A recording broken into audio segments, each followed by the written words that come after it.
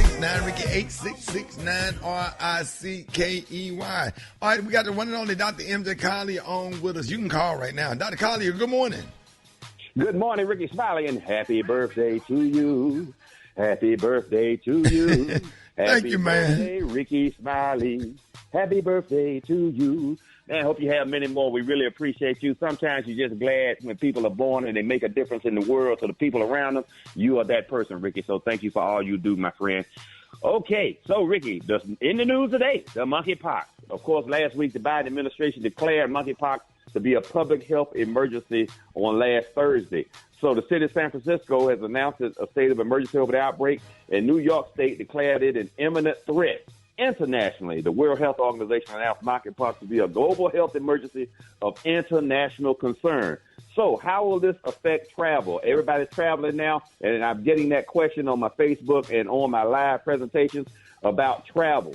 So doctors from the CDC say avoid high-risk activities. So let's get into some of the basic facts. We got 6,600 cases that have been reported to the CDC, but doctors think those numbers are actually much higher, that people are getting it and not reporting it because they're not seeking treatment. They're just getting through it. And remember, this process lasts 3 to 4 weeks, unfortunately.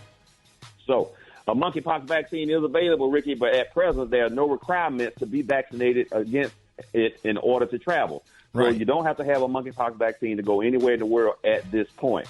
So this shouldn't cause any alarm. You should be fine. But if you're going into an area with a high case number, you need to definitely be concerned about possibly catching it. So it's inefficient because the spread and the incubation period is so long with the monkeypox. It's up to 3 weeks. So, but at this point, it really shouldn't be a big issue with travel. So let's get a few basic question answers. What about hotel rooms? That's your biggest risk, actually, because if your affected linens, and remember, they do change the beds now upon demand in a lot of hotels. They're not changing the linens every day, and they never change the top covering of the bed. So the blanket, the comforter, are things that you need to be concerned about. Y'all running there and dive in the middle of the bed with your mouth wide open just because you got a view of the ocean thinking the bed clean. And you know what people do on top of those beds when they first get in there. So it's amazing right there. So, again, CDC guidelines talk about the danger of transmission by clothing and linen. So if you're traveling and you're trying on clothes in a different city or a different country, then you need to be concerned about that as well. But what about your airplane seat, Rickey? Highly unlikely, but if it's a cloth seat, you cannot sanitize a cloth seat with a wipe. A leather seat, it can be well sanitized, and then all the surfaces, the tray tables, the television screens, and all those things, you can sanitize with a wipe. But a cloth seat, and some planes do have them, and a lot of other forms of transportation have cloth seats. A wipe will do absolutely nothing to clean those, so you got a problem with that. So rubbing down a cloth seat with a sanitizing wipe will do nothing for that. Also, if you're swimming in a swimming pool, what's your risk?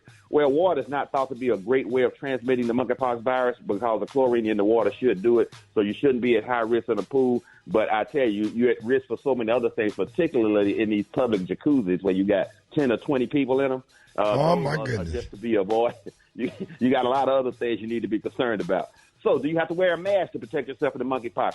Actually, Rickey, the monkeypox can be transmitted respiratorily. In other words, people do have it in their breath. But you have to have prolonged face-to-face contact. So you have to have prolonged face-to-face contact. So wearing a mask is probably not going to be indicated. But if you're kissing, snuggling face-to-face, then it's possible that you can get it. We need the full-body condom like they had on Naked Gun at the end, that movie. We do, because there's another virus that China just announced that's coming out, and we'll talk about that if it becomes an issue. But 35 cases in China right now of a brand new virus that's a little more deadly that we are concerned about, but no cases of human-to-human transmission have been identified at this time. So that's where we are, Rickey, right now. Monkeypox, you can travel, wipe your areas down, avoid those bed linens, and a towel, public towels. If a towel looks old, don't use it. Don't hesitate to ask for fresh towels when you arrive at your hotel. If you're at the pool, make sure you're only using your towel. Don't grab any towel off of anybody's chair. People will sometimes do that. They'll say, well, maybe they've left this lounge chair, so I'm going to move their towels and put my towels down. That will be a possible way to get infected with the monkeypox. So safe travels, everybody. Enjoy themselves. Have fun in Bimini, Rickey. It's going to be a blast. We know this. And these are the opinions of Dr. MJ Collier, not those of Rickey Smiley, the Rickey Smiley Morning Show cast or its production crew. Facebook Live tonight, 6:30. Ask ASK Dr. MJ on all social media. Thank you so much, Rickey. We appreciate you for making a difference in this world we live in.